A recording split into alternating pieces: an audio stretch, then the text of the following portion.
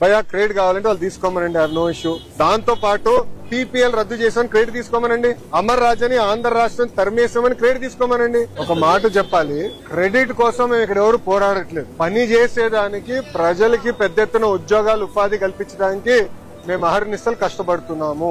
ఇదే జగన్మోహన్ రెడ్డి గారు ఆనాడు ఏం చెప్పారు, ఎర్ర బస్సు రాని ఊరికి ఎయిర్పోర్ట్ అవసరమా అని చెప్పారా లేదా?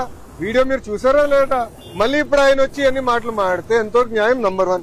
నంబర్ 2, ఆనాడు జిఎంఆర్ కి సుమారుగా 2600 ఎకరాలు కూటమి ప్రభుత్వం అందజేసింది. నన్ను అడిగితే అది ఇంకా తక్కువ. ఒక్క హైదరాబాద్ ఎయిర్పోర్ట్ కి 5000 ఎకరాలు ఇచ్చాం. ఆనాడు ఇదే పెద్ద మనుషులు ఏమన్నారంటే, హైదరాబాద్ ఎయిర్పోర్ట్ కి 5000 ఎకరాలు అవసరమా, ఎయిర్పోర్ట్ కి 5000 ఎకరాలు అవసరమా? ఈ రోజు మీరు హైదరాబాద్ ఎయిర్పోర్ట్ చూడండి, అదే సమయంలో బెంగళూరు ఎయిర్పోర్ట్. ఈ రోజు బెంగళూరు సిటీ 2వ ఎయిర్పోర్ట్ కోసం ఎత్తుకుతున్నారు. కానీ అదే హైదరాబాద్ రావే 100 సంవత్సరాలు కూడా కావాల్సిన డెవలప్మెంట్ కి భూమి రెడీగా ఉంది.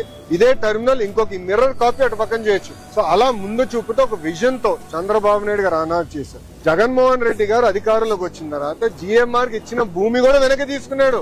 సుమారుగా 600 ఎకరాలు వెనక్కి తీసుకున్నారు. కూటమి ప్రభుత్వం తిరిగి వచ్చిన తర్వాత ఆ భూమి మళ్ళీ జిఎంఆర్ కి తిరిగి ఇచ్చారు. ఎందుకు ఇచ్చారు మనం చెప్పాలి.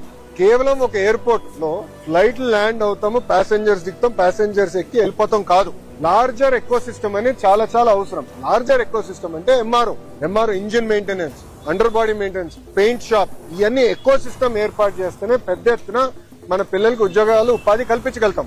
ఆ లక్ష్యంతో ఆ భూమి కూడా తిరిగి వాళ్ళకి ఇచ్చి ఎంఆర్ఓ ఏర్పాటు చేస్తున్నాం. మొన్న నేను వచ్చాను, అశోక్ గజపతి రాజు గారి దయ వల్ల మానసాస్తో జిఎంఆర్ ఒప్పందం చేసి ఒక వరల్డ్ క్లాస్ ఏవియేషన్ యూనివర్సిటీ కూడా కడుతున్నాం. సో ఒక ఎకో సిస్టమ్ మొత్తం ఏర్పాటు చేస్తున్నాం.